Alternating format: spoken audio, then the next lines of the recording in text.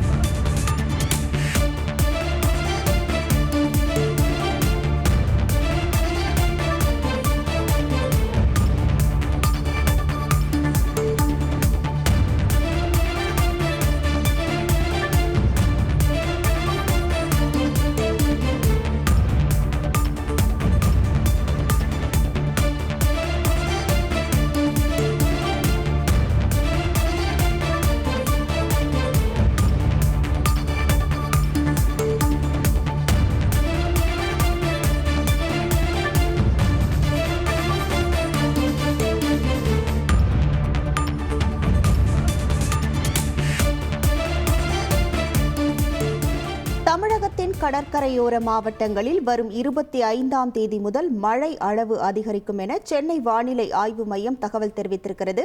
வங்கக்கடலில் வருகிற 21ஆம் தேதி வளிமண்டல கீழக்கு காற்று சுழற்சி உருவாக உள்ளது எனவும் தெரிவிக்கப்பட்டிருக்கிறது. இது குறித்தான முழு விவரங்களோடு இணைகிறார் நமது செய்தியாளர் லோகநாதன். வணக்கம் லோகநாதன். சென்னை வானிலை ஆய்வு மையம் வெளியிட்டிருக்கக்கூடிய இந்த அறிவிப்பின் முக்கிய அம்சங்கள் என்னவாக உள்ளது? வங்கக்கடலில் வருகின்ற 21ஆம் தேதி தெற்கு அந்தமான் கடல் மற்றும் அதனை ஒட்டியுள்ள பகுதிகளில் வளிமண்டல கீழடுக்கு சுழற்சி ஒன்று நிலவுகிறது.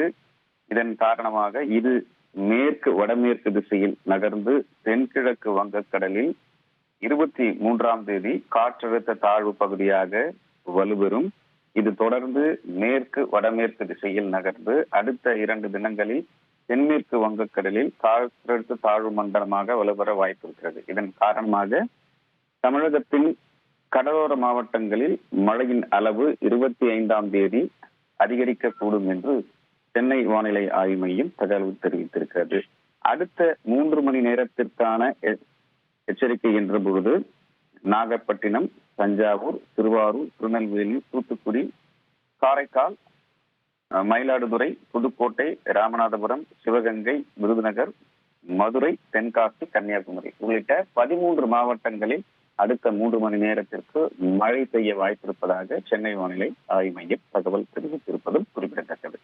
உங்கள் முழு விவரங்களுக்கு நன்றி லோகநாதன். பாரதத்தில் பல பண்டிகைகள், ஒரே வாசம். பாரத்வாசி அகர்பத்தி.